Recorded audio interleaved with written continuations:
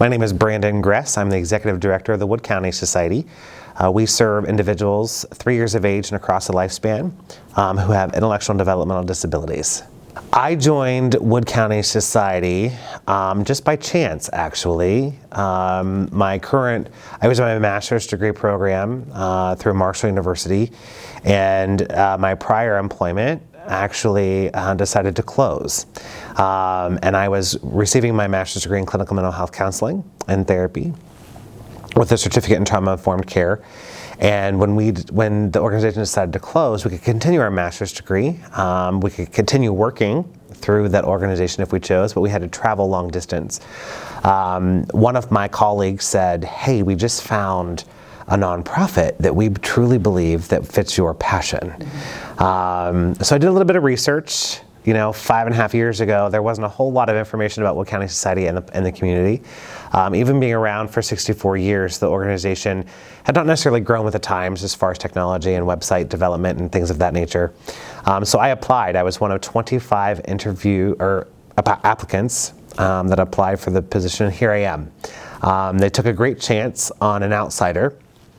I do not live in the Middle Ohio Valley. I did not live in the Middle Ohio Valley. And it has been a joy ever since. Having not had any experience working with individuals with intellectual and developmental disabilities outside of that current role, I worked with youth that had some intellectual and developmental disabilities, but not really working with adults. I quickly came into the organization with a plan to provide a more diverse, equitable, and inclusive community for individuals with disabilities. And it's taken 5.5 years. In that time, my passion has grown much stronger with each passing day for the community that we serve. And our region has grown to serve over, am I getting ahead of myself? Okay, you sure? Yeah. Okay, because I could keep talking your ear off all day long. The organization's grown to serve over 12 counties in the Middle Ohio Valley, 3 counties here in Ohio, and 9 counties in West Virginia. We purchased a building 3 years ago, 3 years ago in March, and we're able to house 12 different programs and initiatives throughout our region that provides impact to over 1,600 individuals throughout the region, youth and adult alike. So the organization's grown substantially, both through capacity and strength to make and provide that impact here locally. So, now you mentioned when you joined that kind of media and tech skills were lacking. Yeah. Is that part of the capacity building you guys have been doing? Yes, it most certainly was. And actually, one of my interview questions that the interview panel gave me was, what would be one of the first things that you would do for the organization? I said, well, you need to know about website redevelopment. I said, because one of the things that I didn't know going into the interview, I knew of 3 programs the organization did. That was it. I had no background context about what those programs actually were or the impact those programs had, right? So one of the very first grants I wrote was through the Parkersburg Area Community Foundation for $1,500. And I worked with a local individual, and we were able to redevelop the website. We've redeveloped the website 3 times since because we continue to grow, right? And it was all about building that capacity, allowing the community to know that we exist, who we are, not just through our annual capital campaign, but who we are and the impact that we do make. And that in turn has built within so much more capacity within each program, as well as through philanthropic efforts, through donors and corporate support, foundation support, through local grants and so forth. One of the biggest pieces to Wood County Society is that we are 100% community funded. We receive no state or local funding, right? So that was an uphill battle for me as a new ED coming in, because I was anticipating that we would receive some state and local funding serving individuals with intellectual and developmental disabilities, and looking at the capital campaign and saying, okay, how do we build upon this? How do we build a true grassroots movement and build capacity within this capital campaign to be able to sustain the organization, continue to grow? right? And so each year, our capital campaign has at least grown by 40%, which I'm super excited about. And we continue to grow initiatives and build collaborations throughout the Middle Ohio Valley. Our vision is to ensure that communities are united so that all individuals are recognized for their abilities, right? And we do that through 4 core values of providing abundance, because everybody should experience joy, satisfaction, and fulfillment. Compassion, because it's the most powerful source of change in our world. Through inclusion, because everyone deserves to be and have equal access to programs and engagement within our community, as well as accessibility, because having equal access is important for everyone, right? So those are the core values. Wood County Society provides therapeutic, educational, and respite care programs throughout the region. Our largest respite care program is Camp Echo. That is a 1-week program that we have at Cedar Lakes Conference Center in Ripley, West Virginia each year. And collectively, we have been able to provide anywhere from 7,200 to 8,400 collective hours of respite care for individuals with intellectual and developmental disabilities and their families each year. We have our summer speech program, which serves as a bridge program for youth diagnosed with apraxia of speech and or a speech disorder. So they are able to learn and maintain the skills they've learned through the educational year throughout the summer months, and we provide their families with additional resources and education to help them at home to maintain those skills until they get to the new school year. We have our Adapted Aquatics program, which provides aquatic therapy for individuals with intellectual and developmental disabilities and their families. We have our Wood County Society Temple Challenge program, which provides adapted physical fitness opportunities for individuals and their families.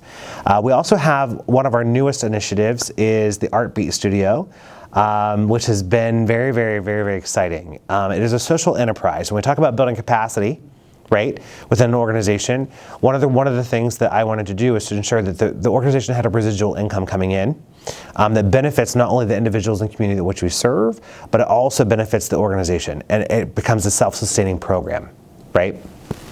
So we modeled the Art Beat Studio after a creative abundance model out of Athens, and we have taken the studio into great lengths. Over the course of the last 2.5 years, the artists have sold over $18,000 worth of artwork. Everything we do in the Art Beat Studio is recycled and upcycled material. So we're in phase 2 of our strategic planning for this program, and the artists have created some very unique metalwork. We now have very online presence talking about building capacity, and the 3rd time that we've redone our website.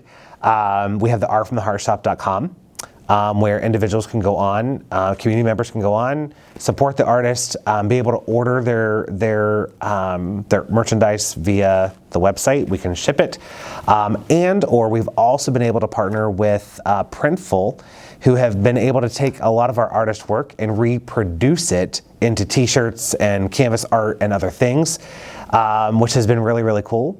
But the fun part about that program is that we're providing individuals, adults with intellectual and developmental disabilities, employment opportunities. They earn $10 an hour. At this point, we're looking to raise that in the very near future. They earn $10 an hour anytime they work with the metalwork, whether they're painting or constructing or designing. They earn 70% commission on any fine art that's sold, and then we have a commission tier for any other like fiber art or reproduction art that they sell. So they are also earning wages and commissions from any of the pieces that we sell. Because one of the pieces is that we know that individuals with disabilities often are at the very low end of the socioeconomic scale, right? And I wanted to be able to provide them with an opportunity to have not only a more inclusive community in which they could live, but also have the ability to buy the extra things that they may want or desire, right? And so that's a very cool program. Not that all of our programs aren't cool, but that's a very, very neat program. We also have our Autism Connection program. We have partnered with Marshall University's Autism Training Center out of Huntington, West Virginia. They have a regional office in our location, and we provide direct services to youth and adults diagnosed with autism spectrum disorder. And through that initiative, we have been able to provide the respite care on certain, we typically try to do that quarterly. We provide our families with a lot of education, and we provide those direct services to the youth and adults. And that includes looking at fine and gross motor skill enhancement, that looks at sensory processing disorders and how do we help youth and adults learn to live with sensory processing disorder, whether albeit through food consumption, external stimuli, and other stimuli that may affect or hinder their day-to-day function. We also we provide American Sign Language classes to the general public. When I began as executive director, we had 10 people. We had 10 people attending the American Sign Language classes, and then social media came about, right? Facebook had just come about, I don't want to say 5 or 6 years ago, because it's been a little longer than that. But I started using social media platforms to build capacity within the organization and really utilizing that. And of course, Facebook has evolved much more so than what it was 6 years ago. And now we serve over 80 individual community members per session. And we offer 2 sessions, one in the spring and one in the fall. So last year we rolled out our ASL 2 classes, which is an intermediate class for more structure and grammar when people are trying to learn that language. And one of the reasons we wanted to expand that was we wanted to start offering interpreter preparation classes, because in West Virginia we only have 40 certified interpreters throughout the entire state of West Virginia.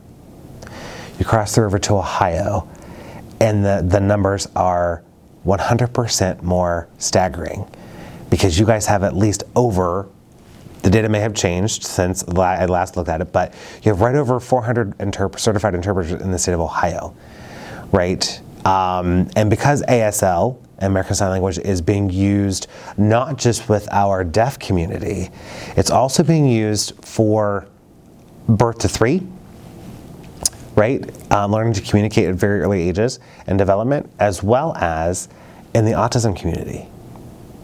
So for our youth who are nonverbal, they're also learning American Sign Language at earlier rates. So we needed to be able to provide those different resources. So those are the core of our programs. We have additional educational programs.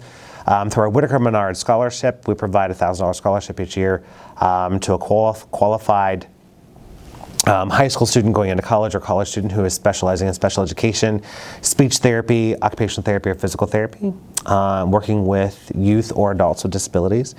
We also we partner with our Parent Education Resource Center there in Wood County and provide a lot of IEP and 504 plan support for our families. And we advocate and try to build self-advocates within not only the nucleus of the family, but we also try to build self-advocates within the individuals themselves, right? And give them the skills necessary to advocate on their own behalf. We have our Autism Connection peer-to-peer support group, where we've been able to provide a lot of resources and education for our parents and our caregivers in regards to the autism spectrum diagnosis and different resources.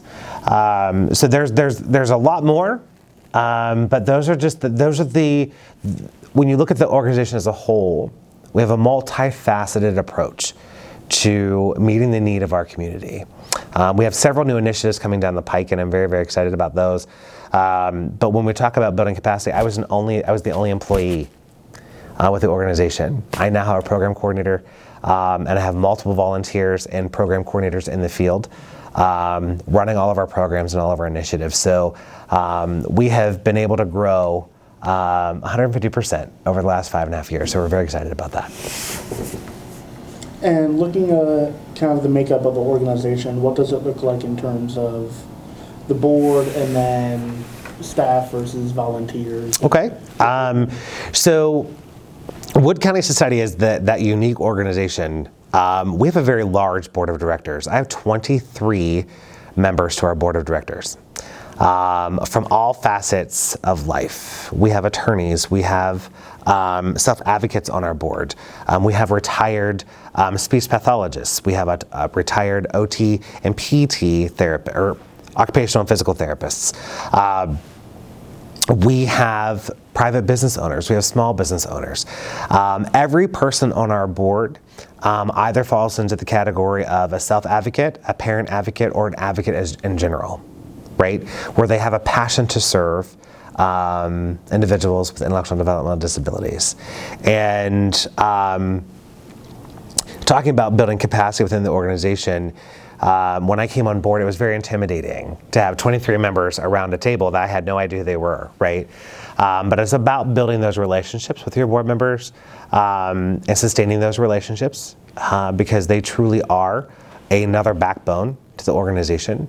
Building capacity within an organization, the board of directors, I'm very proud of them, took an initiative to do a lot of strategic planning with me.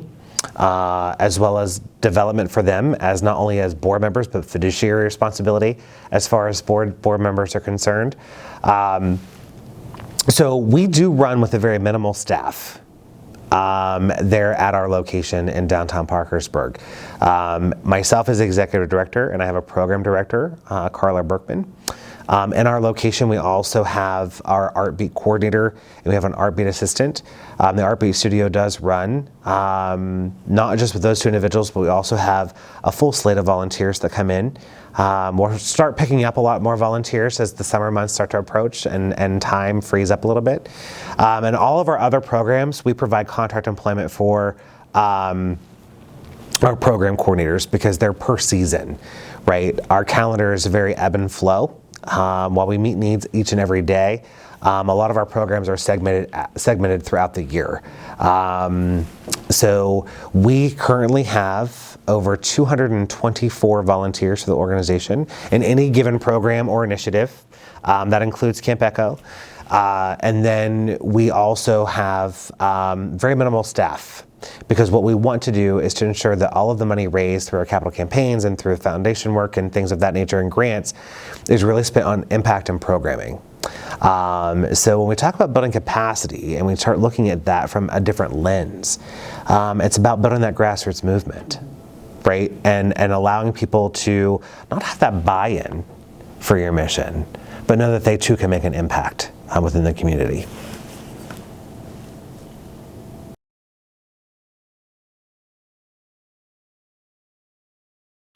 So we just actually ended our capital campaign at the end of March, here a couple of weeks ago.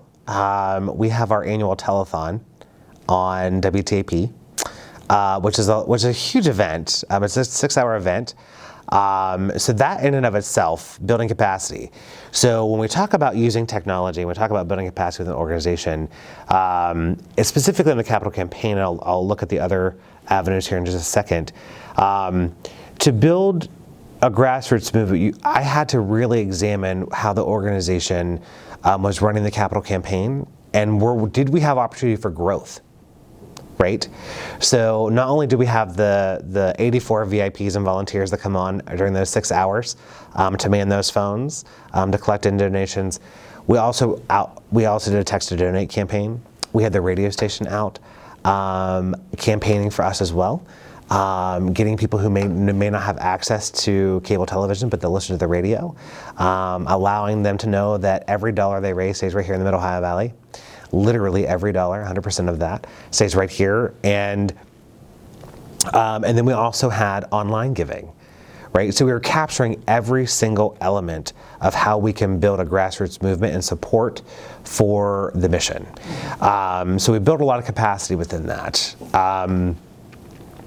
Looking forward to more advocacy and engagement, Wood County Society's strategic plan is to add 4 more counties to our roster of counties over the course of the next 5 years. We've added 3 over the course of the last 5 years to our roster. When we talk about building advocacy and capacity within the organization, we're going to look at hiring some more individuals within the organization over the course of the next 5 years to be able to not just have our programs and resources as a hub in Wood County, but be able to have pilot programs in several of our counties. So we're looking at specifically Jackson County, Washington County, and Pleasants County that surround Wood County, right? So we're starting to branch out and have hubs. We want to start having hubs in all of our other service counties, so that those two individuals don't always have to travel to Wood County to receive those services. But we have those services available to them there locally for them. So. And does the organization work with any other organizations in the MOV, whether that be, like the college is a possibility, other nonprofits, government agencies, what have you? Yeah. So one of the things I do pride myself on, I don't typically pat myself on the back, but part of a success for a nonprofit is really building effective collaborations within the community, right? Because as a community, we all have a very common purpose. We're all trying to make a change, right? So Wood County Society has proudly partnered with the Nonprofits Lead program here at Media College over the course of the last several years, hosting a Next Gen board member, providing them a very unique and creative opportunity to sit on the board of directors of a nonprofit and see all the inner workings. We've also partnered with the McDonough Foundation and several different events throughout our mission. We are a proud United Way Alliance in the Mid-Ohio Valley. We are a proud funded partner and community partner through that organization. We have looked at partnering with we are a member of the Belle Prairie Chamber of Commerce, the Mid-Ohio Valley Chamber of Commerce, but we have partnered with a lot of other organizations. And here locally, right here in Washington County, we're looking at building collaborations with GoPax here to look at food insecurity among youth and what that looks like for youth with disabilities in our school system. And we're looking at building a bridge across the river to see how we can help grow their impact throughout the Mid-Ohio Valley. We have future collaborations with the YMCA of Wood County. We have future collaborations with the American Red Cross. There's a lot of different things that Wood County Society does as a whole and as a mission to build those collaborations. And downtown PKB, the Parkersburg Arts Center, the Actors Guild of Parkersburg, Arts Bridge, those are all collaborations we've been able to build and provide a more inclusive and diverse and equitable community for our artists through the Art Beat Studio. So there's not just one sector of collaboration that we've been able to do. My board president actually also sits on the West Virginia Down Syndrome Network. She serves as past board president of that organization. We are looking at partnering with them. They're looking to fund part of our adapted aquatics program to provide swimming lessons for youth born with Down syndrome, right? So it's not always just a philanthropic or a funding effort. It is also looking at the broader cause. And I think that, in the nonprofit sector, we often sometimes want to stay in our own silos and we want to protect what is ours, right? And what I've learned over the course of the last 6 years is that you just can't stay in your silo, because the impact that you can make, everything's better in number, right? And you reach more people, you're able to make a broader impact, whether or not sometimes collaborations don't even align with our mission, but along the line, the impact is there. And then the referrals start coming in because, we didn't realize you existed, right? And that's the benefit. And that's the pleasure we have of building those collaborations and allowing other people to want to collaborate with us to provide a broader impact throughout our region. Now, I'm actually not from around here. I'm from North Jersey. Oh, are you? Yeah, okay. yeah, All right. yeah. And it amazes me the amount of organizations and stuff you guys have out here. So I want to ask, kind of playing off of that collaboration piece, do you think the area is special? Like, do you think this level of so many nonprofits and such a high level of collaboration and working together is special to hear? Here's the interesting piece, and I was just having a conversation with Stacy DeSico, the executive director of the United Way Alliance in the Mid-Ohio Valley. I believe she has somewhere right around 41, I apologize for misspeaking, 41 funded partners. That number fluctuates each year, right, depending on funding need. But there are so many more nonprofits that are not funded through the United Way that are here in the Mid-Ohio Valley.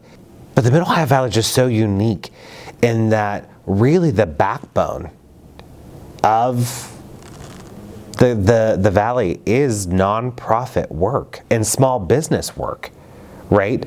Yeah, we have our corporate and we have our educational institutions that provide a lot of impact, such as Media College and WVUP. I don't know if I'm allowed to mention them on here, but we have our educational pieces that come into play. We have our hospitals, and of course we have all of our manufacturing corridor going down Route 7, and of course DuPont Washington Works over in West Virginia.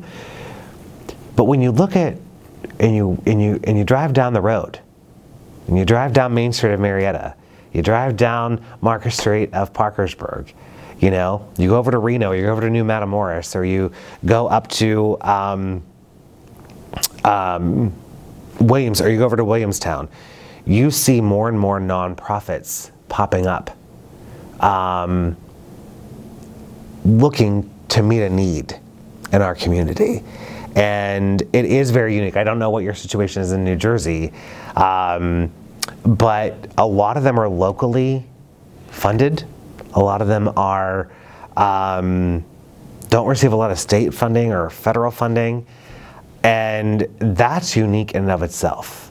As a very small nonprofit, and I say very small, our annual budget's less than $450,000 a year. But when I raise half of that in a capital campaign, right, and the other part of that is through additional funding sources and different fundraising efforts, the community always shows up to support, because they realize the importance of not only the mission we do, but the mission of all other nonprofits in the Middle Ohio Valley, right? People don't start nonprofits just to start a nonprofit, because nonprofits are messy and nonprofits are a lot of work. They do it because they have a love to want to make an impact. And I think it's a true testament of the character of the citizens of the Middle Ohio Valley. I think it's a true testament to our region. Coming from New Jersey, you're not part of the Appalachian culture, but I'm sure you've learned a lot about the Appalachian culture and how unique we are in and of our own. But I do think that it is a testament to our region, and to the impact not only we have locally, but regionally and throughout the entire United States. A lot of our nonprofits do have partners in other states. So their reach is far beyond just this 12, 14, 15 county radius. It goes far beyond that. So it's a very unique valley. And we're very, very blessed to have the support that we do have here.